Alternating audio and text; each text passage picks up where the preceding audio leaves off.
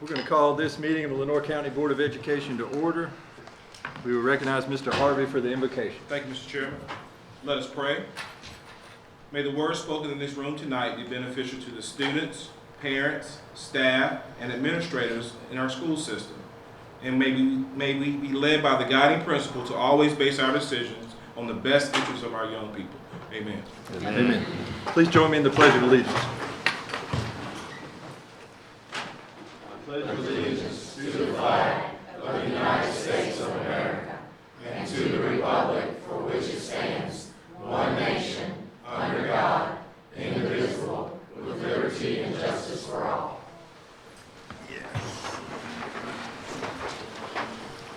Mr. Williams will present the agenda for this evening.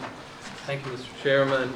Members of the Board of Education submitted tonight for your review, consideration, hopefully approval is tonight's agenda.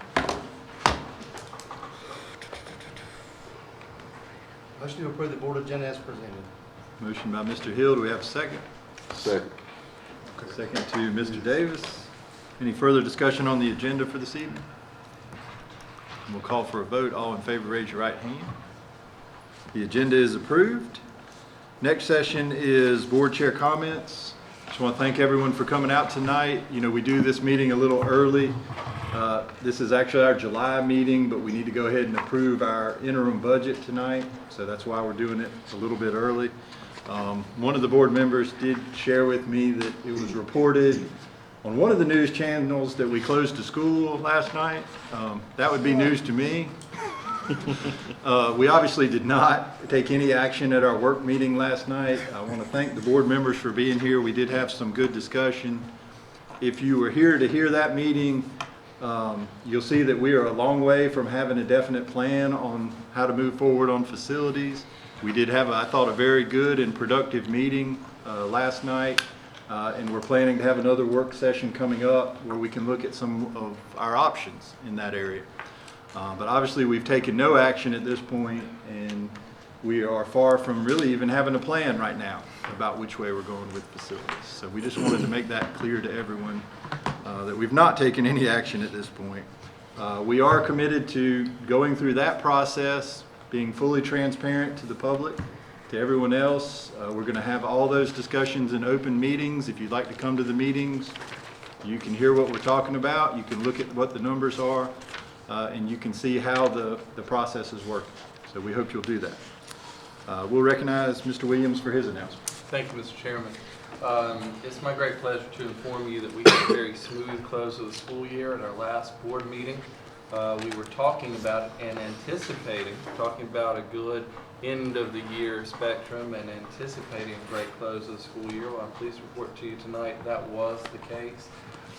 We had five wonderful graduations, our 3 traditional high schools, our 2 non-traditional high schools with LCLA and Early College High School, and over $10 million, as we mentioned, we anticipated in the last board meeting. Well, it's gone up a little bit from there, but over $10 million, a record number of dollars of scholarships that our kids earn. So I want to once again thank our teachers, our other staff members, our administrators, our parents, and especially our young people. We have such wonderful things happening in our school system. When people tour the schools and they walk up and down the hallways, they always are amazed by, some more than others, depending on how many other times they've been in the schools, but they're always very complimentary about what they see.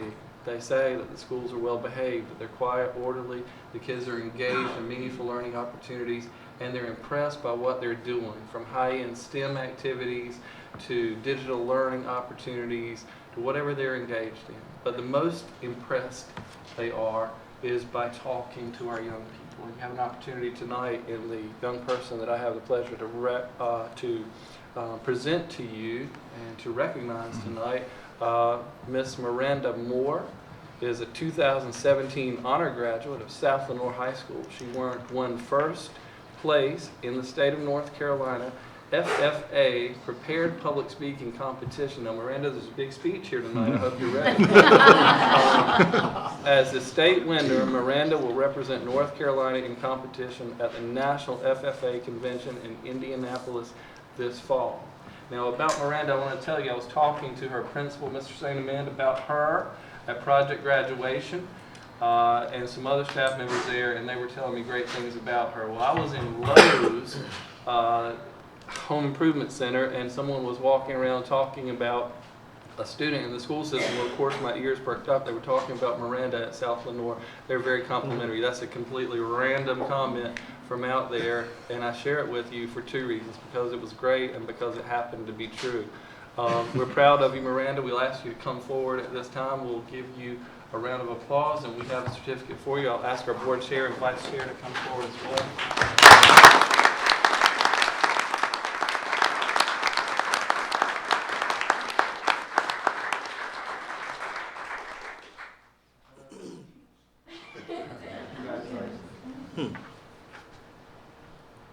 Okay, 1, 2, 1, 2, great. Very proud of her. And I believe this doesn't happen by accident, and her father's here. If you will stand up, please. Let's give him a round of applause.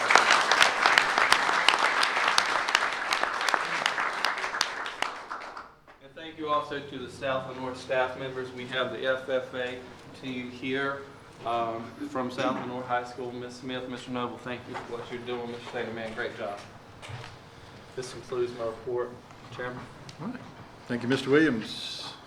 Next section is for public comment, and I understand we do not have anyone signed up this evening. So we'll move straight into the presentation portion of our agenda.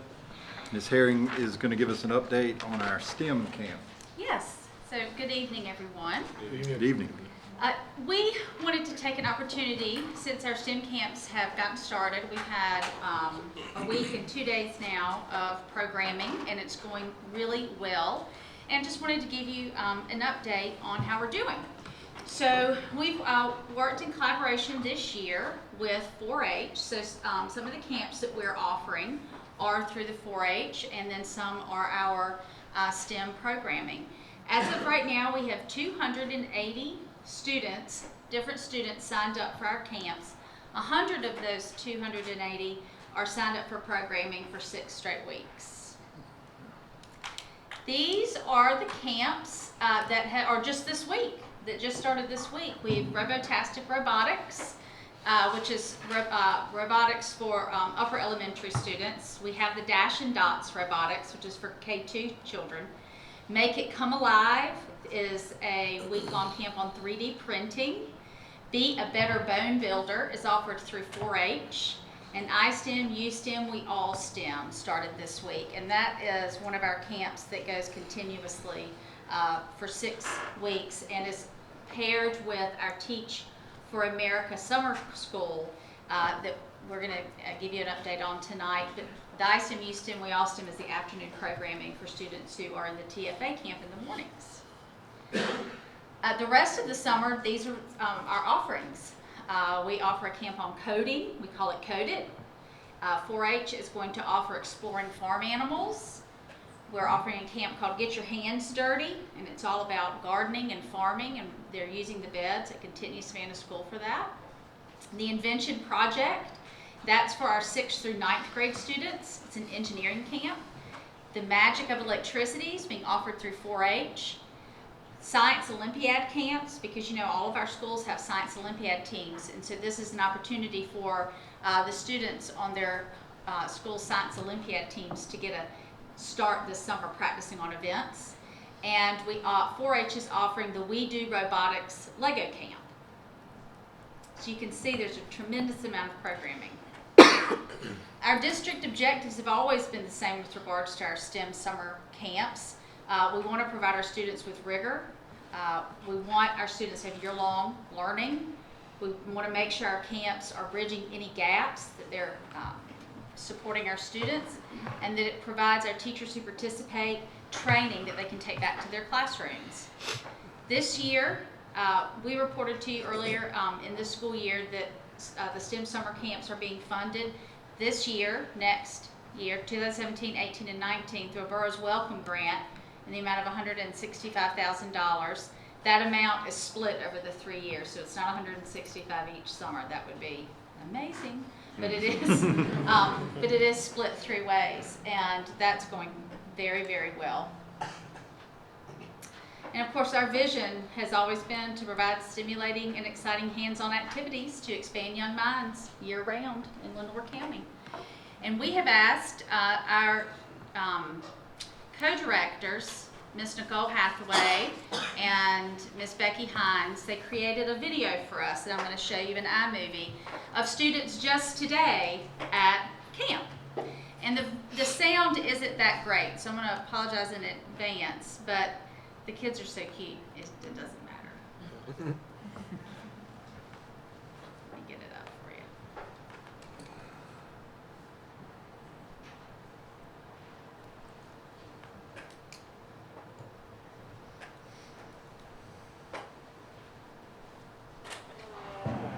How do you make money?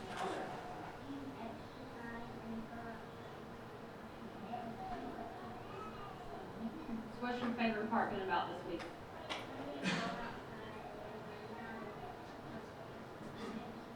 Give me one example.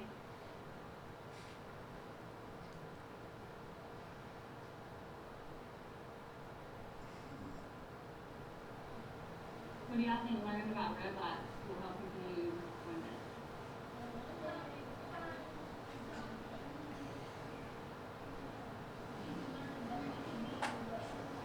I mean, they're just so cute, it's okay.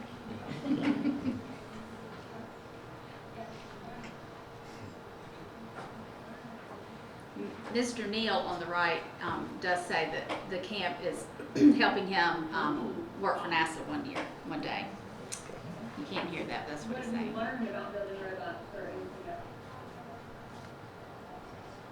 Okay, tell me about problem solving you like.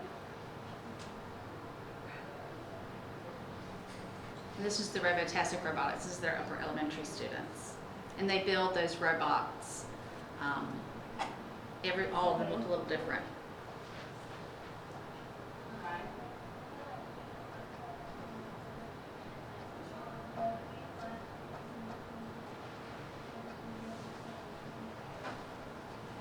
And the student on the left says that the 3D printing has convinced him he's going to be a teacher. Yay! We need to go ahead and write his contract.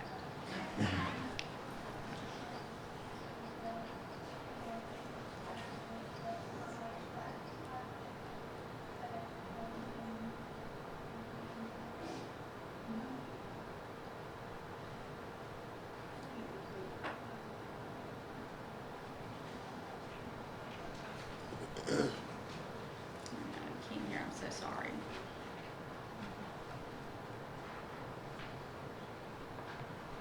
So Mr. Gaddis was there today as a special guest.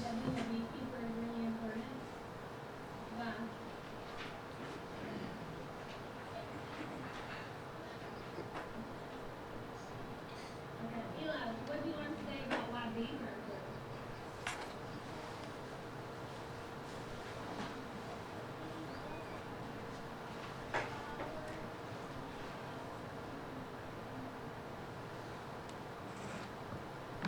Okay.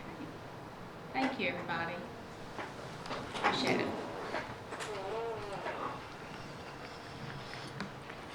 All right, thank you, Ms. Herring. Yes, sir. We're going to move on to the Teach for America Summer Camp. Yes. I'd like to introduce to you Miss Katie Gray Urquhart. And I probably said it. You know you did it. I got it right. Katie Gray Urquhart. And she works for Teach for America. And she has been the project manager and lead on the programming for our summer camp. And let me pull this up. Thank you. And I'll let you go, Katie Gray. We'll go to that first schedule slide.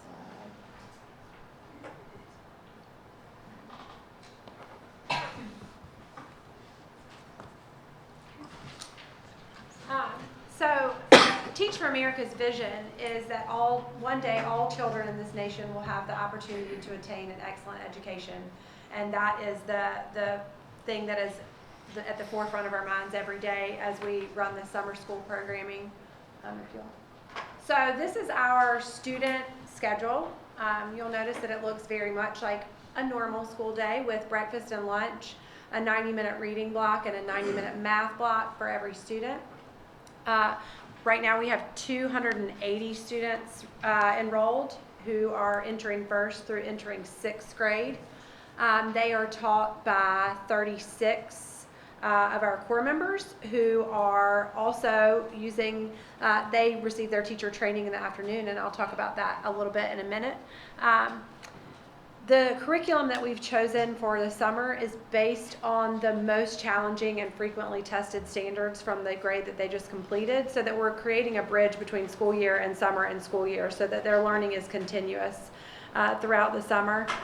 And when we look at student outcomes, our hope for the summer, our hope for the summer is to grow students both academically and personally. But also, when we look at these realms of social and political consciousness and access, we're looking at things like to what extent students are growing their relationships with their teachers, their mentors, their community leaders, and other influencers. And also, like, are they building the habits to be curious about the environment around them? So we're really thinking about growing the whole child with our outcomes this summer. In addition to summer school, what this program provides is real-time teacher training for 36 brand new teachers who, if you'll look at their, I provided the wrong, okay, so here we go. So in the afternoons every day, they have sessions with a curriculum and instruction partner who models what excellent instruction looks like for them, who helps them create lesson plans, and who also helps them rehearse their lessons so that they are providing the most excellent examples of teaching to their students every day. They have a session following that with a master teacher who works one-on-one with them to coach with them, to observe with them, and to help them debrief what they've seen in the classroom. And then also during the week, we have sessions with a classroom culture coach who helps the core members make equitable choices in the classroom regarding culture and classroom management. So it's an opportunity for the core members to teach in the morning as teachers and then be learners in the afternoon. Yeah. Are there any questions? Anyone have any questions? We're hosting this Teach for America summer school at Continue Savannah School. We're running buses, we're picking children up, we're offering breakfast, offering lunch. It's gone off really, really well. It's been a lot of hard work from a lot of people. And we welcome you if you would like to come see what's happening in action. Yeah, absolutely. Ms. Gray, we appreciate your hard work, and we appreciate our partnership with TSA. Yes, thank you. Thank you very much. Okay, we'll move on. Ms. Herring, is it immersion? Immersion, yes, sir. It is immersion. I'd like to introduce Ms. Kim Hazelgrove. She is our beginning teacher coordinator. Ms. Hazelgrove is responsible for writing and obtaining the grant so that our teachers can participate in the immersion program. But I'm going to let Ms. Hazelgrove tell you about immersion at East Okay. Carolina. Good evening. Good evening. You can go to the next one, Francis. Several months ago, I was at a meeting at East Carolina, and they introduced the immersion program that they are using currently with their MSA, with their principal fellow candidates.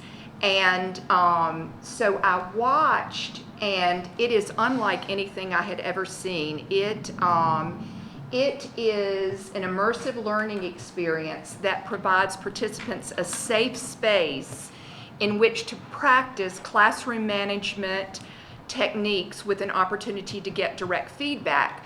So the whole program, and you can see on this slide, is an example. They're all avatars.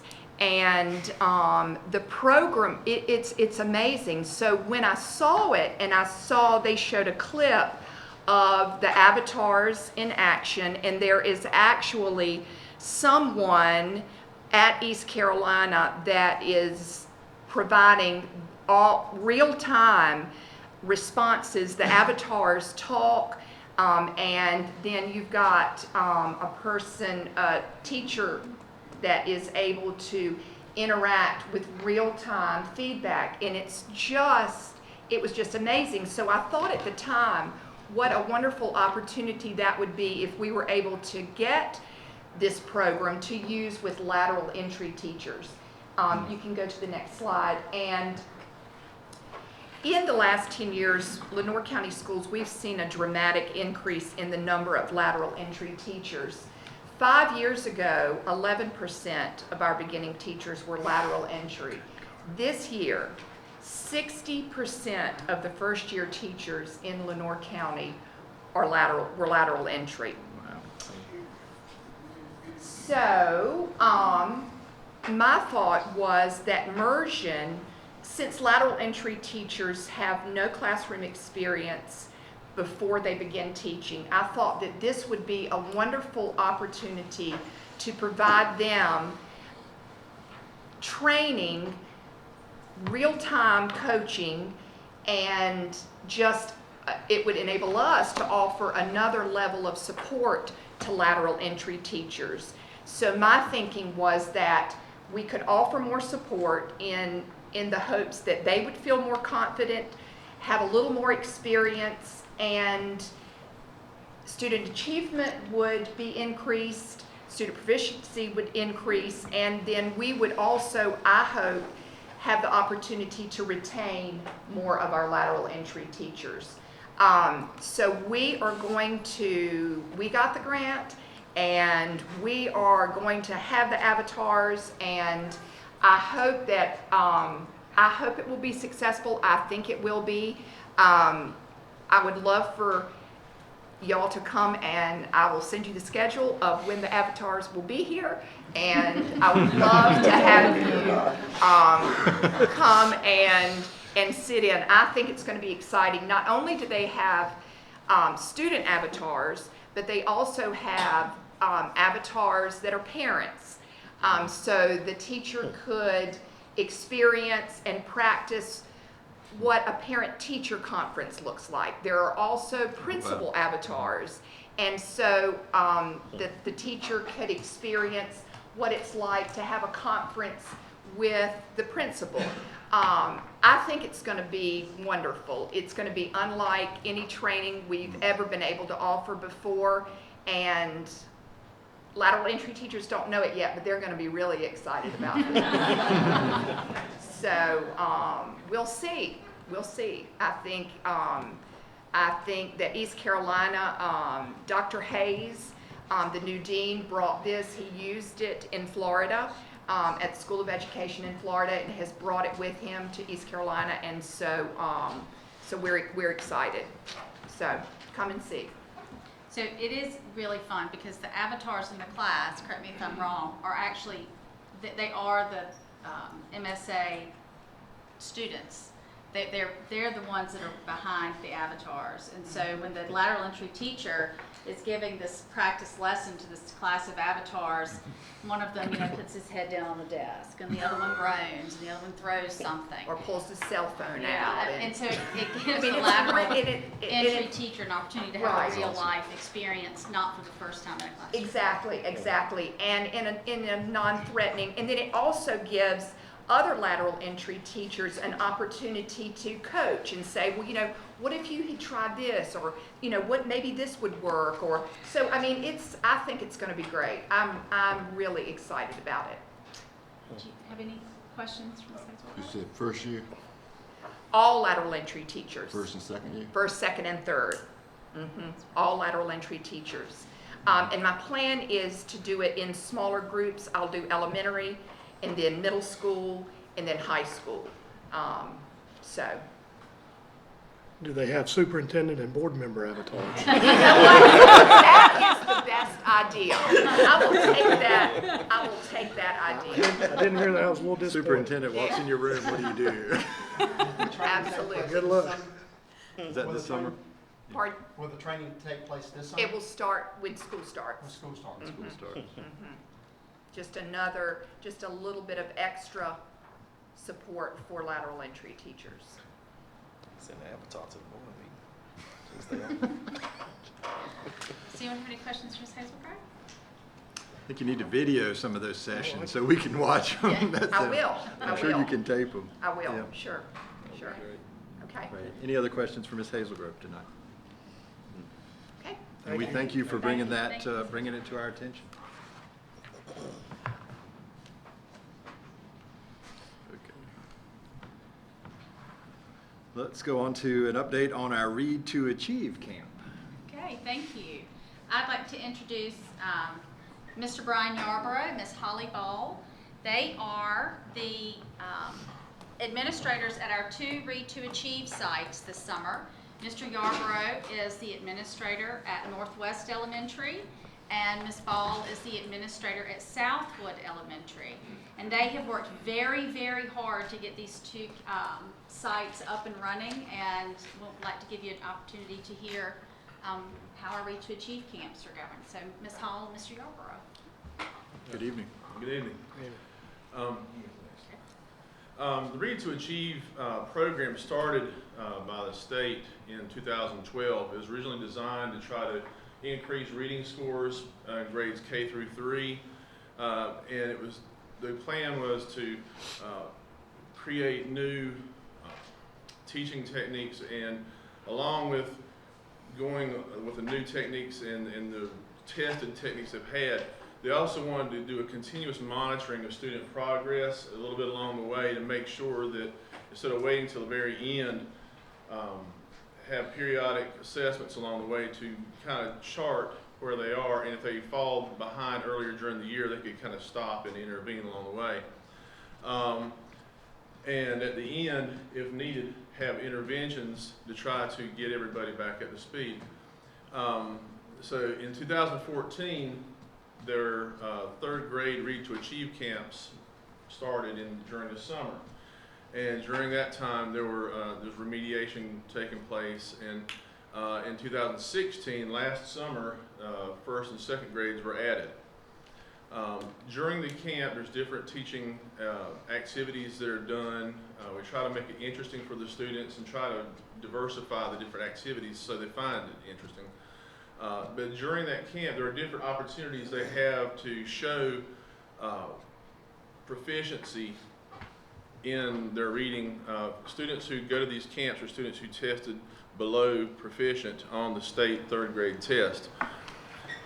During this time, they can show it through portfolios, which we receive the portfolios from the homeschool, where they keep documents showing evidences of student work, and it's evaluated along the way.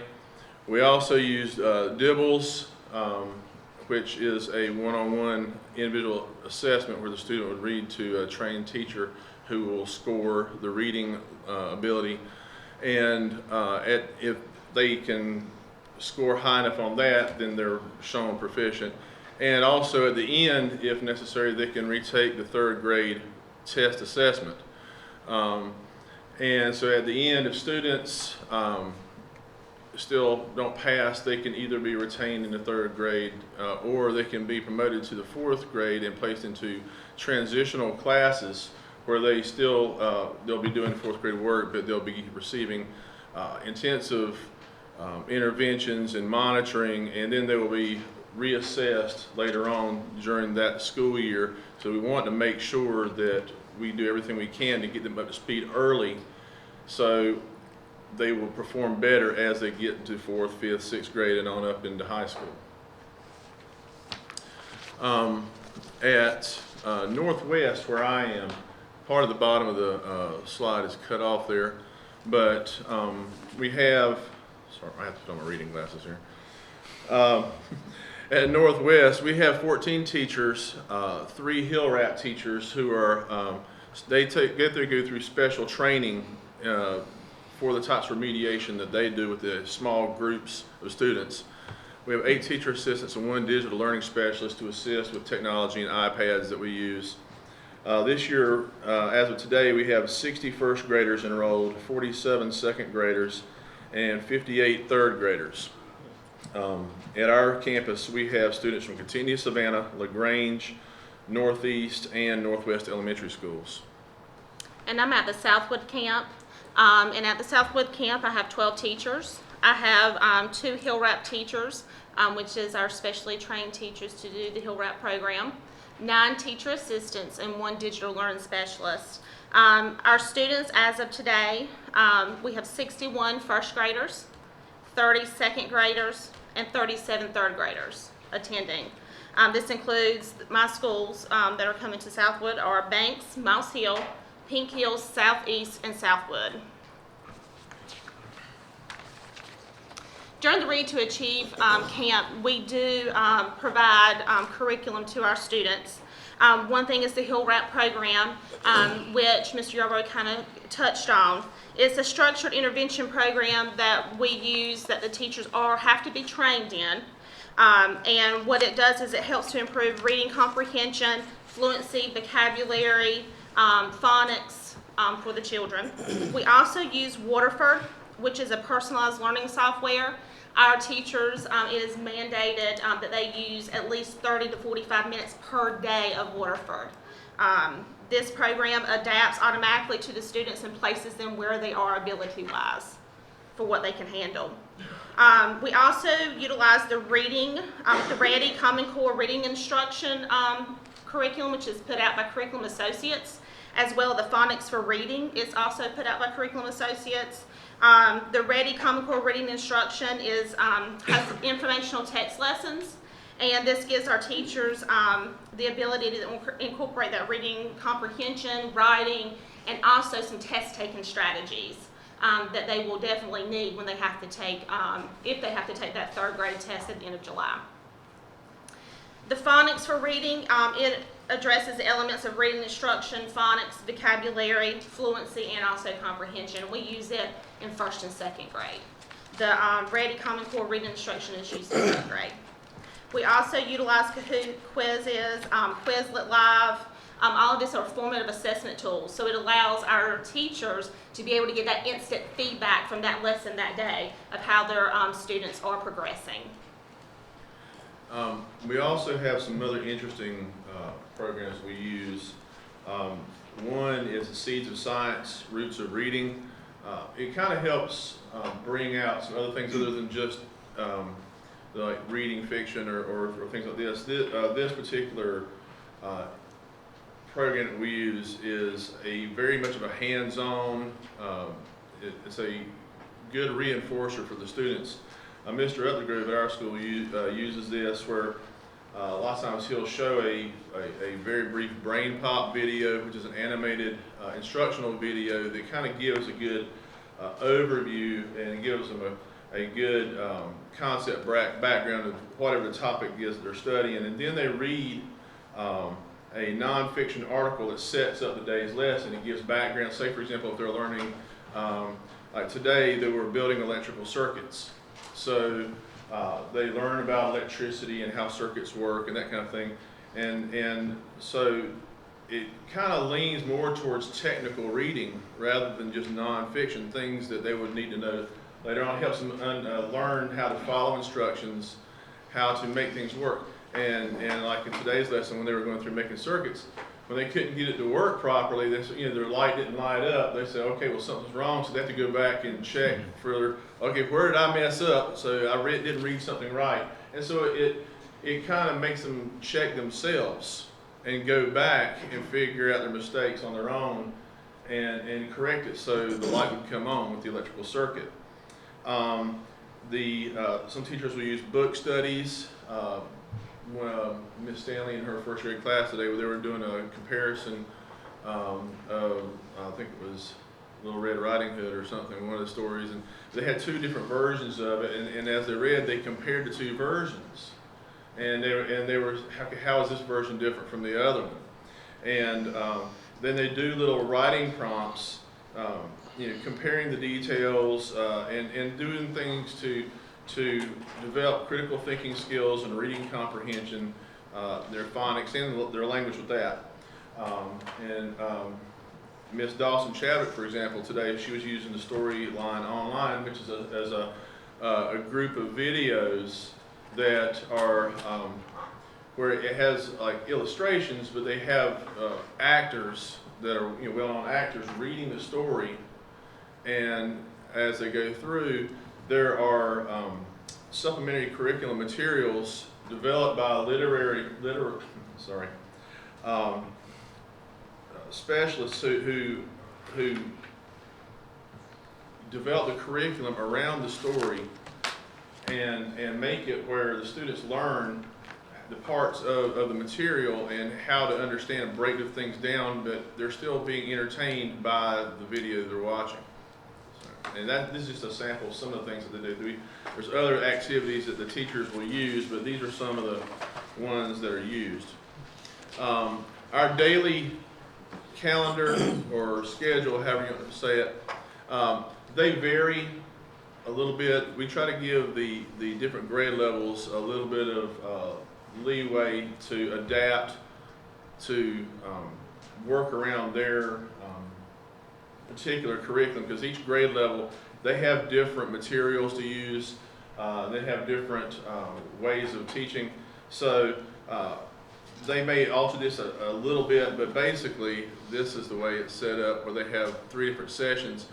And one thing we try to do is to rotate students and do class changes like you would in middle school or high school. That kind of helps diversify the lessons. So the teachers, when they have things set up, they'll get to a different teacher. It kind of changes up the routine a little bit, so they don't sit in one room and gets them up moving around a little bit. They do have recess and lunch and that kind of thing. But it just kind of lets them see different faces and experience different teachers. We have some top-notch teachers doing these classes, and it gives them an opportunity to meet the different teachers and have instruction from different perspectives. And it also helps with teachers who maybe their strong point is the phonics piece. And so if her strong suit is phonics, then she should teach the phonics for all those children. And if we have another teacher that, her specialty is more of the reading comprehension, then she is doing all the reading comprehension lessons. So it really does help those students learn from those master teachers that we have there. Any questions? Only one for me. I was listening to the number of children that we have enrolled in these. Do you have a breakdown of how many per school? We do. I don't have it with me, but we do have a breakdown per school. Mm-hmm. Okay. Sure do. I'd like to see that. Okay, we can provide that for you. That'd be great. We'll give it to you tomorrow. Will you come back and report some results, maybe in the fall, of how well our kids did? Sure can. Yeah, we'd love to see how many kids were brought up to grade level through these camps. I think that'd be important. I can tell you, last year, when they started, the first year or two, they didn't let us use the TRC or the DIBELS testing as a way for students to prove proficiency. But once they started letting us use that, one thing we found was that sometimes with the portfolios, those require a lot more time to work through the material. And we had a lot of success last year with the DIBELS testing. We had a lot of kids test proficient using that method. So fewer of the students had to take the EOG at the end of the summer because they had already proven proficiency earlier. But we'd be glad to provide. Yeah, we'd love to hear about it. That for you. That's not a problem. I guess the public probably would need to know if they don't remember that this is mandated by the state, It is. but they didn't send the money with it. That's So exactly we're having to pay for this state mandated program. There's been a been change some in that. funding. We are getting some funding. Just a little bit, not as much. As you see, we have a very active summer, from the mandated summer camps and remedial camps to our STEM camps, and we're very pleased. A lot of activity going on with our kids and additional opportunities. So we thank all of our staff members and all of our students and parents who are involved in that. All right. Thank you. Thank you. Thank Ms. Ball, Mr. Yarborough. Thank you very much. Thank you. Move on to the financial report, Mr. Adams. Good evening, board members. First, I'd like to apologize for the delay in the financial report not being on the agenda until today. We've been working, and I'd like to thank my staff for the hard work they've done in the closeout here at June 30th. But the report is prepared as through June 29th. The data presents year-to-date activity budget to actual.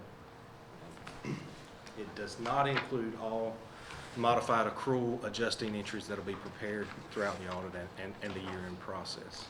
So if you look at that year-end fund balance, that is subject to change with the results of our audit. And recording accruals. If you have any questions on any of the year-to-date information or balances, I'd be happy to address those. Any questions for Mr. Adams tonight on the financial report? I know this is a busy time of year for you, so. It is. Doing a smooth year-end. Good. Been very pleased. All right, if we don't have any questions on the financial report, we'll go ahead and move to our action portion of our agenda, budget amendment number 6. Yes, sir, thank you. Budget amendment number 6 is being used to revise the working budget of the Lenore County Board of Education to reflect changes that have occurred throughout the fiscal year. Funds being amended are the State Public School Fund, Federal Grants Fund, local capital outlay funds, and other local current expense. If there's any questions on any individual line items, I'd be happy to answer those.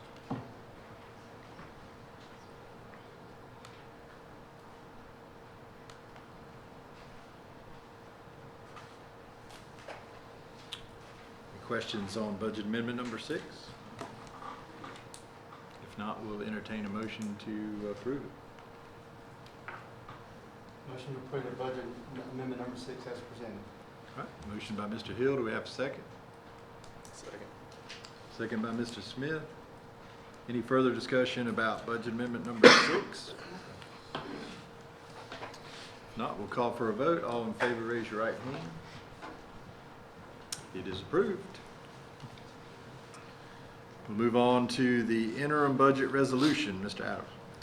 Yes, sir. The interim budget resolution is being prepared so that we can continue fiscal operations in accordance with the School and Fiscal Control Act after July 1st, 2017. The budget's prepared using the current budget resolution at 25%, which should be sufficient to carry our expenditures until a budget resolution could be made. And obviously, we don't have any allocations or anything yet. We do not. The budget has passed, as I'm sure you're all aware, passed the House today or tomorrow. So we should receive our state allotments within the next couple of weeks.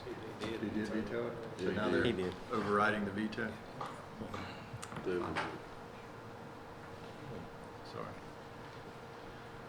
Okay, any questions for Mr. Adams on the interim budget resolution?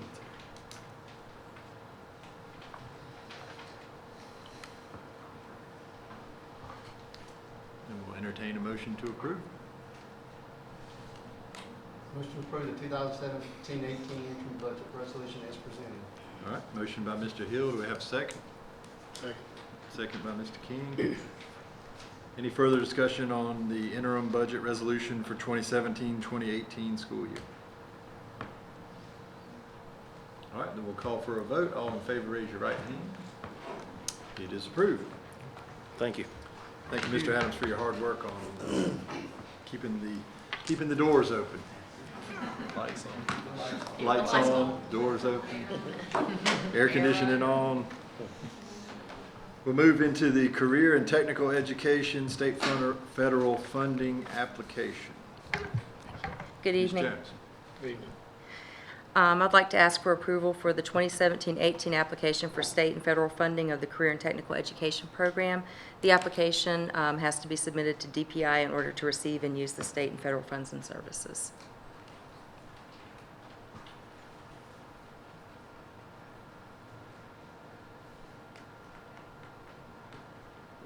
As you see, this is a significant application for us. The monies on the application include funding for positions and our state and federal funding.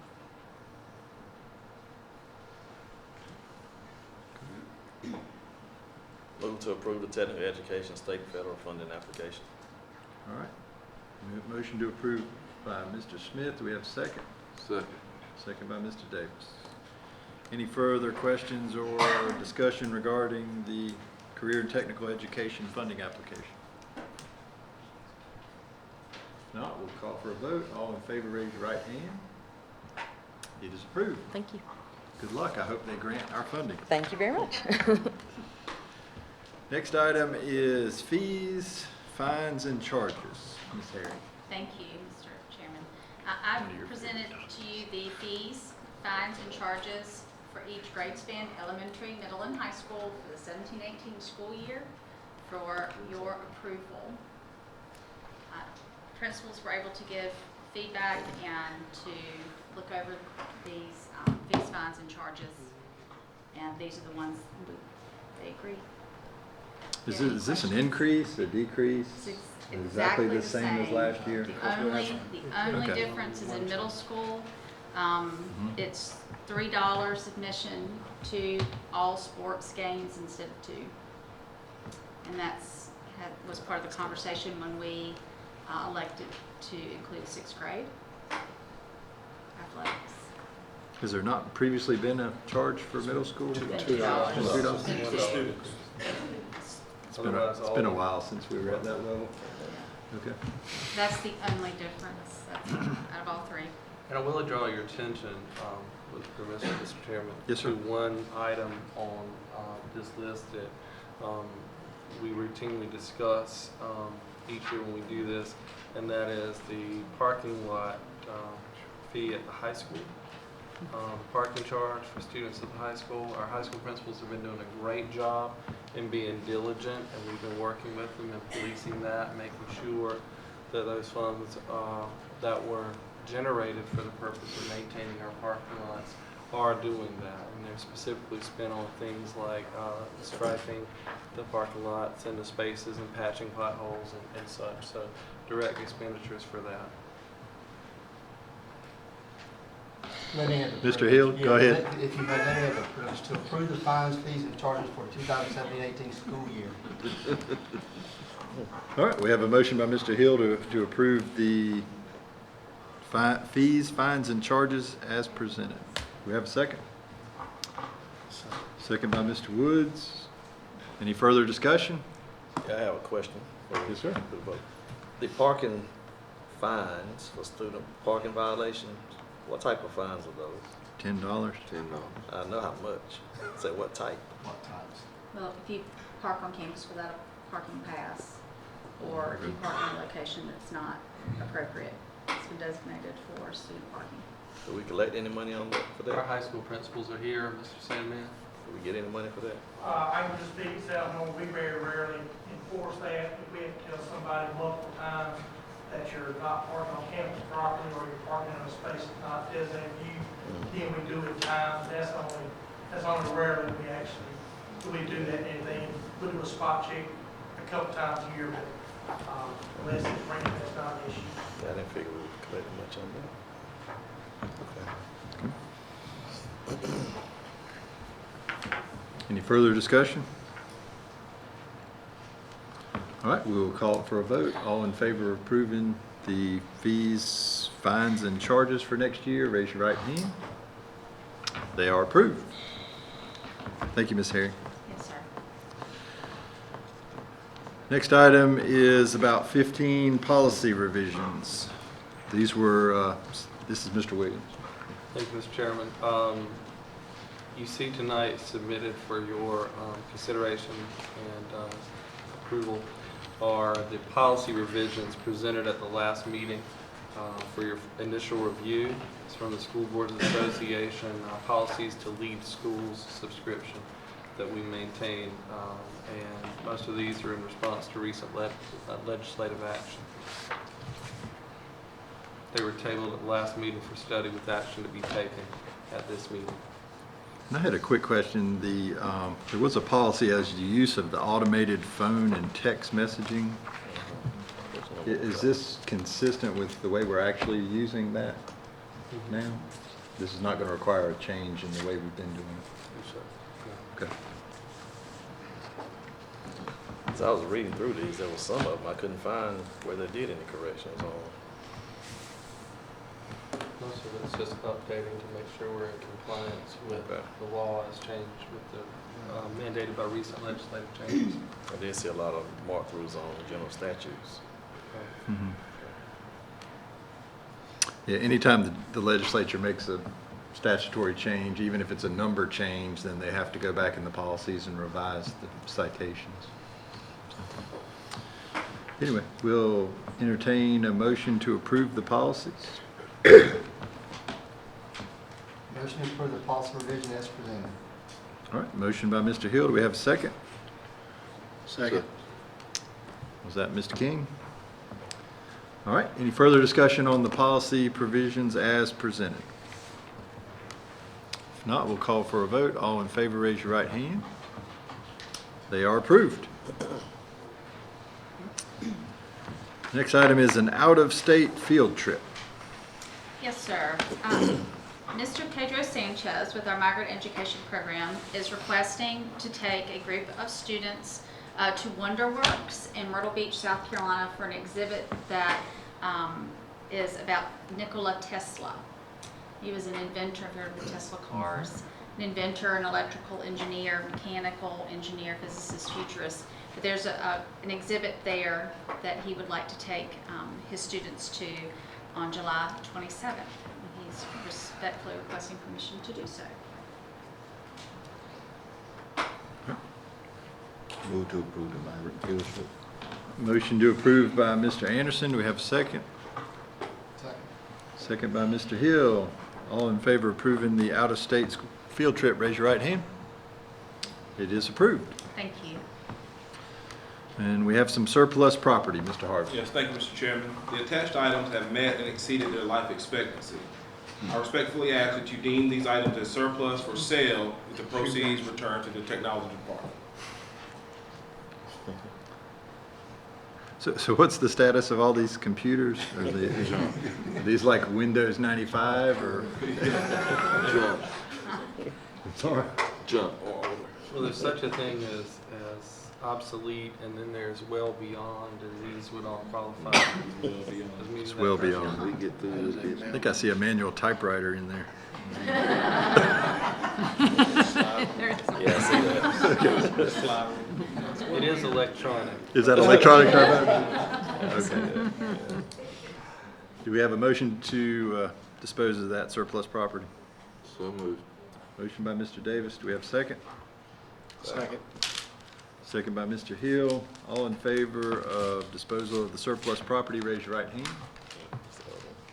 It is approved. Thank you, Mr. Harvey.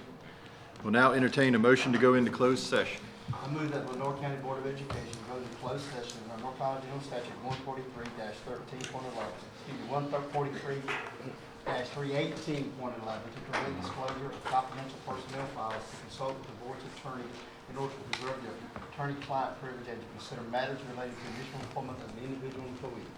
Motion to go into closed session by Mr. Hill. Do we have a second? By Mr. Anderson. Was that a second? Looked like one. All right, all in favor of closed session, raise your right hand. We're now in closed session. Thank you. All right, we are now back in open session. We will entertain a motion to approve the personnel report with the addendum as amended. Motion to approve the personnel report with the addendum as amended. Okay, motion by Mr. Hill. Do we have a second? Second. Second by Mr. King. All in favor of approving the personnel report with the addendum as amended, raise your right hand. It is approved. Mr. Williams has some announcements. Absolutely. Thank you, Mr. Chairman. It's with great pleasure that I recognize some of our administrators who are moving into new roles for the 17-18 school year. First, we had 2 posted vacancies, one at Kinston High School and one at Southeast Elementary School. First, at Kinston High School, we had a lot of applicants for the position, a lot of interest in it. I was very pleased by that, including 5 of our own LCPS administrators and even more aspiring administrators, but 5 of our sitting administrators, 3 of our principals, and it was a difficult process, but we feel very good about the candidate, someone who's actually worked at Kinston High School and has a proven history of success. She'll be missed where she is, I'm sure, but she'll be a great addition to Kinston High School. It is our Lenoir County Principal of the Year, Ms. Kellen Bryant, new principal of Kinston High School. Ms. Bryant.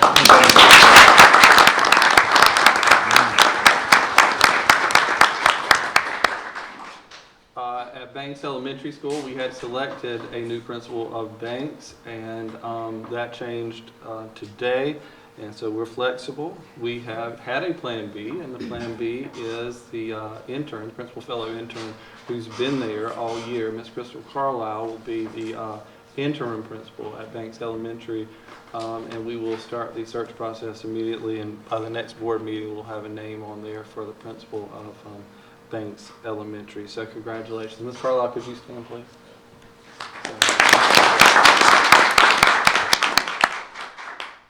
Next, for Southeast Elementary School, a veteran educator, someone who has worked at Southeast Elementary School in the past, and for the last few years she served the district faithfully at Centennial Savannah K-8 School. Dr. Janet Blabaum, new principal of Southeast.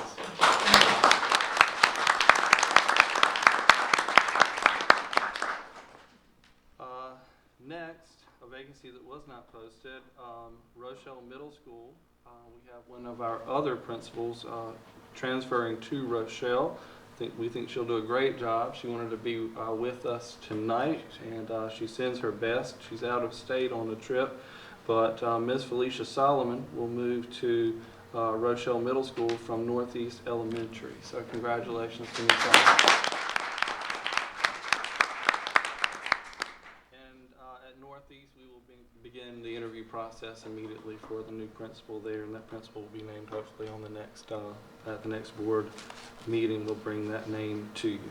So, Mr. Michael Moon, current assistant principal at Kinston High School, will be moving to the vacancy, the assistant principal vacancy at Centennial Savannah K-8 School, created by the departure of Dr. Blabaum from her promotion. So, Mr. Moon, congratulations.